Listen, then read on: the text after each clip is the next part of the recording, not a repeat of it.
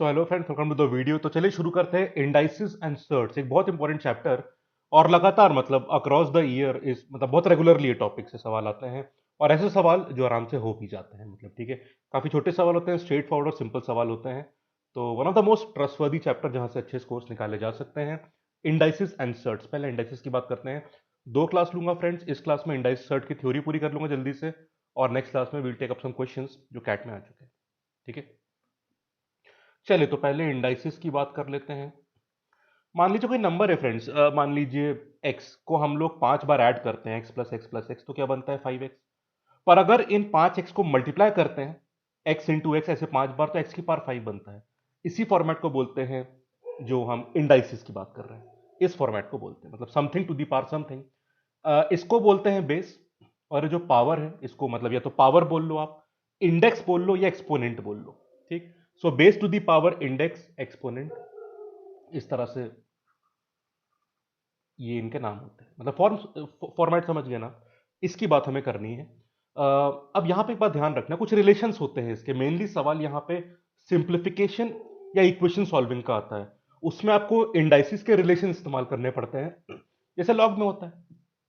Log में भी आपको चीजें सॉल्व करनी पड़ती हैं जिसमें लॉग के रिलेशंस होते हैं। ठीक है, जैसे log A B is equal to log A plus log B, उस तरह की कुछ कहानी यहां पर भी होती है। तो चलिए देखते हैं कैसे कहानी होती है। वो रिलेशंस आप याद कर लो, बाकी काम बड़े आराम से हो जाएगा। तो that is the the primary point of focus यहाँ पे जो हमको ध्यान रखना है। तो चलिए देखते कुछ, मतलब 7-8 रिलेशन है, एक बार देख लो। मान लीजिए पहला, ए की पावर एक्स इंटू ए की पावर वाई। अगर ऐसा हो रहा है तो इसको आप ए की पावर एक्स प्लस वाई लिख देना। प्रूफ बहुत सिंपल है। इसमें ए एक्स बार मल्टीप्लाई हो रहा है, इसमें ए वाई बार मल्टीप्लाई हो रहा है। तो मिला के कहानी देखोगे तो ए कितनी और मल्टीप्लाई हो रहा है, एक्स प्लस वाई। इसलिए यहां पे आ गया, सिंपल है। अगर यहां पे कहानी डिवीजन की हो रही होती तो एक्स माइनस वाई। आप बस थ्योरी समझते जाओ। क्वेश्चन किस तरह के आए हैं, काफी सिंपल से हैं, मतलब डू बिल्कुल स्ट्रेट फॉरवर्ड नहीं है, आराम से हो जाते हैं। पर वो हम देखेंगे नेक्स्ट क्लास में, बस 2 क्लास में कहानी खत्म। चलो, 2 रिलेशन ये आ गए। उसके अलावा अगर यहाँ पे एक बात ध्यान रखना कि ब्रैकेट में मान लीजिए A into B to the power X है, तो ये पावर दोनों को मिल जाएगी और वो टर्म मल्टीप्लाई हो जाएंगे, मतलब ए की पावर एक्स इंटू बी की पावर एक्स। डिवीजन में भी मान लो आपने लिखा A by B to the power X, तो एक्स को एक्स जो पावर है ए को भी मिल गई और बी को भी मिल गई यहाँ पे। ये 4 रिलेशन इस तरह के हो गए। ठीक है, चलिए अब एक और रिलेशन देख लीजिए which is very very important. एक तो जब भी हम किसी बेस पे पावर 0 रेज करते हैं तो वो 1 होता है। ठीक। माइनस पावर्स का मतलब ये होता है कि वो रेसिप्रोकल हो जाएगा। जैसे ए की पावर माइनस एन होता तो 1 अपॉन ए की पावर एन हो जाता वो। ठीक है, जैसे अगर ये मान लो होता माइनस एन, तो ये ऐसे हो जाएगा। सिंपल है। चलो, उसके बाद एक चीज देखिएगा कि 1 का तो मतलब आप जानते हैं कि वो नंबर के बराबर हो जाएगा, उसमें कुछ खास बात नहीं है। और रूट लेना आप जानते हैं। जैसे मैं यहाँ पे लिखता हूँ 6 और ए, तो बेसिकली मैं ए का 6th रूट ले रहा हूँ, 1/6। तो यहाँ पे आप m लिख दो तो 1/m आ जाएगा, कहानी समझ लोगे आप। ठीक है, एक relation of is very very important. अगर a की पावर m, ठीक है, क्लियर है बात, होल टू दी पावर यहाँ पे n आ रहा है, तो ये a की पावर m इंटू एन हो जाएगा। एक बहुत जरूरी बात है, ध्यान देना उसको थोड़ा। मान लो ये है 2 की power 3 whole to the power 4, और 2 की पावर 3 टू दी पावर 4। बोलने का अंतर समझे आप लोग। पहला लिखा है 2 की power 3 whole to the power 4, और दूसरा है 2 की पावर 3 टू दी पावर 4। अब इसमें कैसे फर्क पड़ेगा, ये है 2 की पावर 3 इंटू 4, मतलब 2 की पावर 12। ठीक है, 4096 आ जाएगा। जो ये कहानी लिखी है मैंने वो यहां पे दिखेगी आपको। ये वो नहीं है, दिस इज 2 की पावर 3 टू दी पावर 4। यहां पे 4 पूरी 2 की पावर 3 पे रेज नहीं है, 4 3 पे रेज्ड है। तो पहले 3 की पावर 4 सॉल्व होगा, मतलब ये हो जाएगा 81। अब ये 81 2 पे रेज हो जाएगा। दोनों में बहुत ड्रास्टिक फर्क है, ध्यान रखना प्लीज। ठीक है, तो 1 2 3 4 5 6 7 8 और 9th वाली कहानी दोनों में कंपैरेटिवली मैंने बता दिया आपको। यही रिलेशन है, इन्हीं को अप्लाई करना है और कहानी आराम से पूरी हो जाएगी। ठीक है, अब सवाल कैसे आते हैं। सॉल्विंग वाले आ सकते हैं, मेनली सॉल्विंग वाले आते हैं, जहां पे आपको इक्वेशन सॉल्व करके वेरिएबल्स की वैल्यू निकालनी पड़ती है। विल सॉल्व द क्वेश्चंस, पर उसमें इन्हीं का एप्लीकेशन रहेगा। ठीक है, कई बार एक फॉर्मेट है, जो काफी सालों से कैट में आया नहीं, बट कई बार इंपॉर्टेंट बन जाता है। अगर हमें बहुत सारे इंडाइसिस पैटर्न के टर्म्स कंपेयर करने पड़ते हैं, तो उसमें इन्हीं को सॉल्व करके या तो सबका बेस सेम कर दो, या सबकी पावर सेम कर दो, ठीक है, या पेयर वाइज कंपैरिजन कर दो, जो भी अगर कंपैरिजन यहाँ पॉसिबल हो। पर किसी एक चीज को कांस्टेंट करना चाहो, सेम करो, तो कंपैरिजन आराम से हो जाता है। पर मेन सवाल जो बनेंगे नेक्स्ट क्लास में देखिएगा आप, वो सॉल्विंग वाले बनते हैं, विद सॉल्विंग इस्तेमाल, ये सब चीजें होंगी वहां पर, ठीक है। चलिए अब सर्च की कहानी जल्दी से देख लेते हैं। अच्छा हाँ, एक चीज और, कई बार ना एक जो चीज काम आती है कि यहाँ पे आपके पास दो इंडाइसिस टर्म आपस में बराबर होते हैं, ठीक है। उसमें अब दो चीजें होती हैं, मान लो, पहले भाई देखो दो चीजें हो सकती हैं यहाँ पे, दो इंडाइस टर्म आपस में इक्वेट हो रहे हैं, पहला केस दोनों की बेसिस बराबर, दूसरा केस दोनों की पावर बराबर।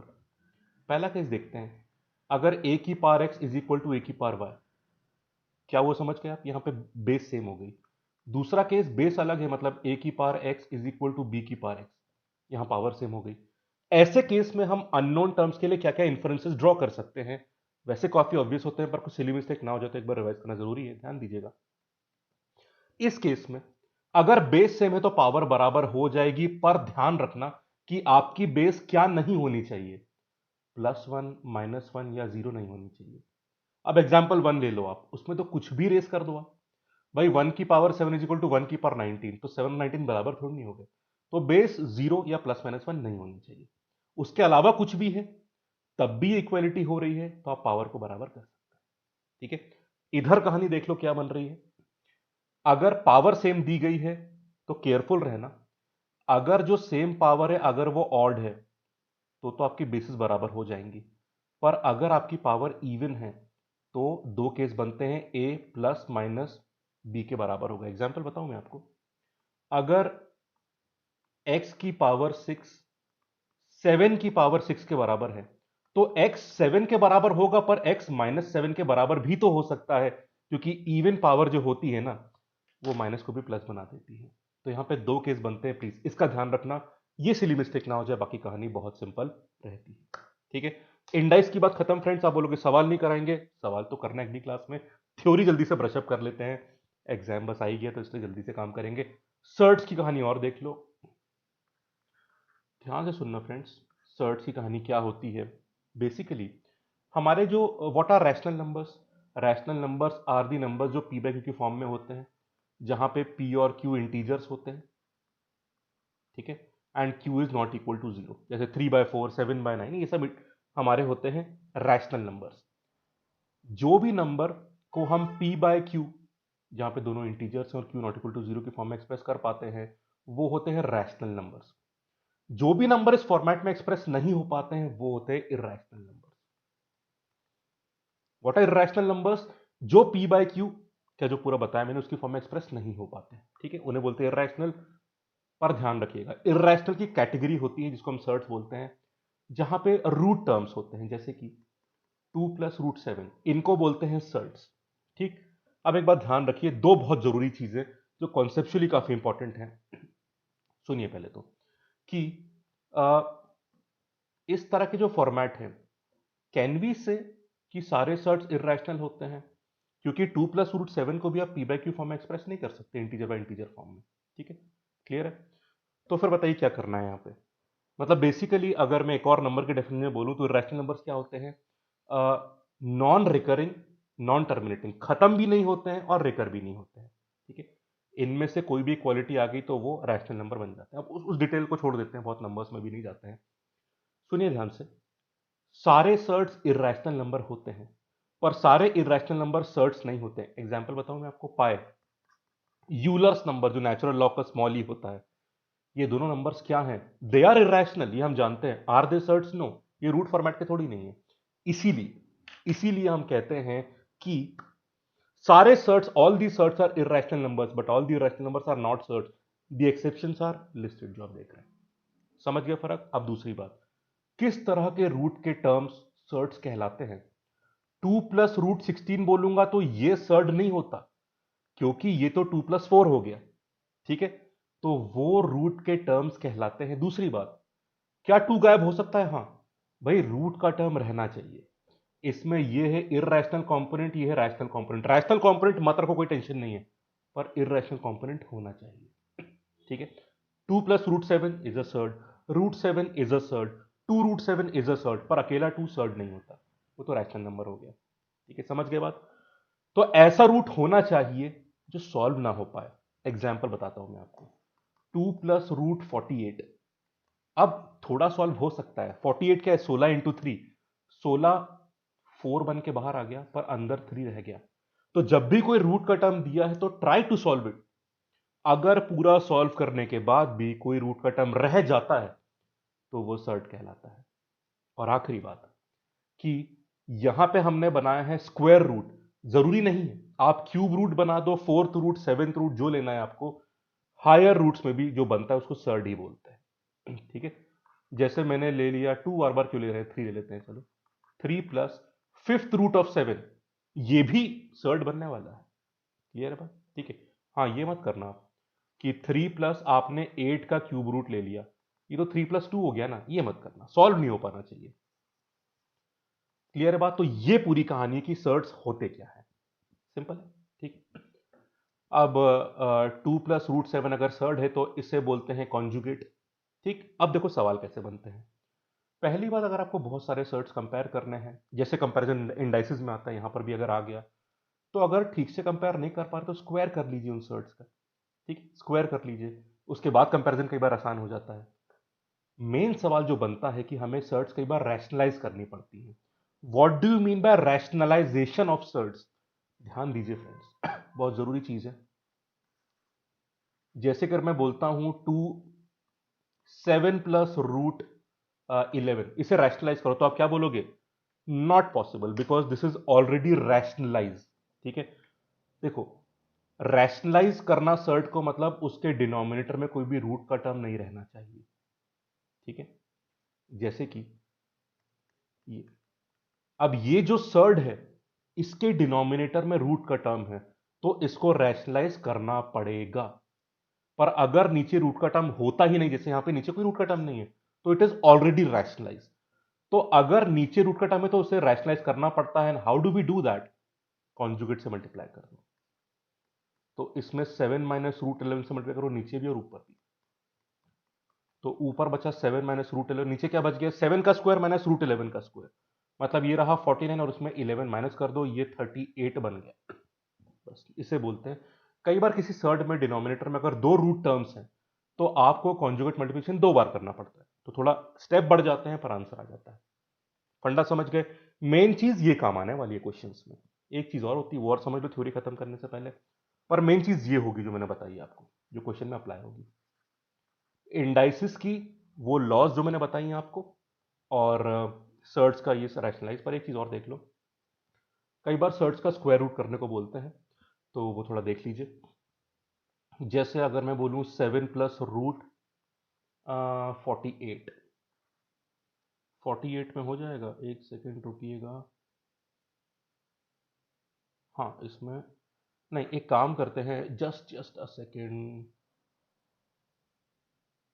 हाँ, सही। नहीं, इसमें बड़ा टर्म लेना पड़ेगा। Just a second.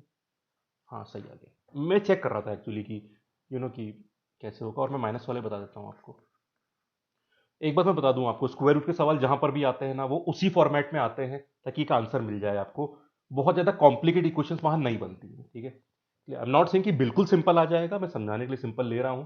पर क्वेश्चन कैलकुलेटेड ही आता है कि चीजें हो जानी चाहिए, मतलब ऐसा नहीं कि आपको आंसर ही नहीं मिल रहा। तो वो चिंता मत रखिएगा, इसलिए मैं देखिए क्वेश्चन बना रहा था। अब ध्यान दो, पहले इसका बता दूं, we have to find the square root of this surd. अब पहली चीज, इसका स्क्वायर रूट किस फॉर्मेट में होगा? √x + √y फॉर्मेट में होगा, और इसका होगा √x - √y के फॉर्मेट में। अब अगर ये स्क्वायर रूट है, इसका स्क्वायर करने पर हमको ये मिलना चाहिए। करना कुछ नहीं है आपको, बेसिकली सिंपल फंडा यहाँ पे ये है कि रैशनल पार्ट रैशनल से बराबर कर देना, इररैशनल इररैशनल से कर देना बराबर। अब इसको ओपन करो, कितना हो जाएगा? √x का स्क्वायर, √y का स्क्वायर, और ये क्या हो गया? 2 √x √y, and this is equal to 7 +। अब यहाँ पे कहानी क्या होगी बताइए ध्यान से। यहां पर अगर आप केयरफुली देखोगे तो 16 हो गया, यहां पे 16, 16 का 4 बाहर आ गया और 3 अंदर रह गया। यहां तो कोई डाउट तो नहीं है? अब देखो ध्यान से, अब यहां पे इतना हिस्सा जो बन रहा है आपका, ये रैशनल है, क्योंकि भाई रूट का स्क्वायर कर दिया, रूट तो हट जाएगा, और ये रैशनल है। मतलब कि रूट एक्स का स्क्वायर प्लस रूट वाई का स्क्वायर 7 के बराबर होगा। और इस पार्ट को इसके बराबर करना है आपको, 2 कैंसिल हो जाएगा। तो root X into root Y किसके बराबर है, 2√3। बात समझ गए? अब सुनिए ध्यान से, आपको दो ऐसे टर्म चाहिए जिनका मल्टीप्लिकेशन 2√3 के बराबर हो और जिनके स्क्वायर का सम 7 के बराबर हो। तो इसको दो ऐसे बराबर मतलब दो ऐसे पार्ट्स में मल्टीप्लाई के रूप में तोड़ दो जिनके स्क्वायर का सम 7 आ जाए, और वो पार्ट से 2 और √3, क्योंकि 2 का स्क्वायर 4, √3 का स्क्वायर 3, दोनों का सम 7 के बराबर आ जाता है। तो आपका आंसर बन गया 2 + √3। ठीक है, यहां पर भी कहानी सेम चलती, पर माइनस माइनस से मैचिंग कराते तो आंसर 2 - √3 आ जाता। फर्क समझ गए? दो ऐसे टर्म जिनका मल्टीप्लाई 2√3 था और स्क्वायर का सम 7 के बराबर था, और आपने आराम से आंसर निकाल दिया। क्लियर है बात? कोई डाउट तो नहीं है इसमें? अब आगे सॉल्व करना है तो कैसे करते? अगर सीधे करना हो तो 7 + √48। सबसे पहली बात, ये रहा 7 और ये रहा 4√3। दो ऐसे टर्म जिनका मल्टीप्लाई 4√3 नहीं 2√3 के बराबर है, क्योंकि एक तो 2 कैंसिल होगा, कॉमन आएगा। तो दो ऐसे टर्म जिनका प्रोडक्ट इसके बराबर है और स्क्वायर का सम 7 के बराबर है, और वो टर्म होते हैं 2 और √3। सीधे ऐड कर देना, आपका आंसर आ जाएगा। पर यहां पे प्लीज प्रोडक्ट 4√3 के बराबर मत करना, 2√3 के बराबर करना, क्योंकि एक 2 तो कैंसिल होता है, और बीच में माइनस रहा तो बीच में माइनस रख देना, आपका आंसर आ जाएगा। ठीक, तो ये रहा स्क्वायर रूट फॉर्मेट, और सॉल्विंग वाला मैंने बता दिया आपको दैट मेनली हम रैशनलाइज कैसे करते हैं। ठीक है फ्रेंड्स, तो इंडाइसिस और सर्ट्स में इतनी ही चीजें काम की हैं। अब सबसे जरूरी बात है कि क्वेश्चन किस तरह के आते हैं। तो नेक्स्ट क्लास में क्वेश्चन देखेंगे जो कैट में आ चुके हैं, and the topic is over. ठीक है, तो चलिए अगले वीडियो को जरूर देखिएगा, very very important. Thank you, have a nice day, take care.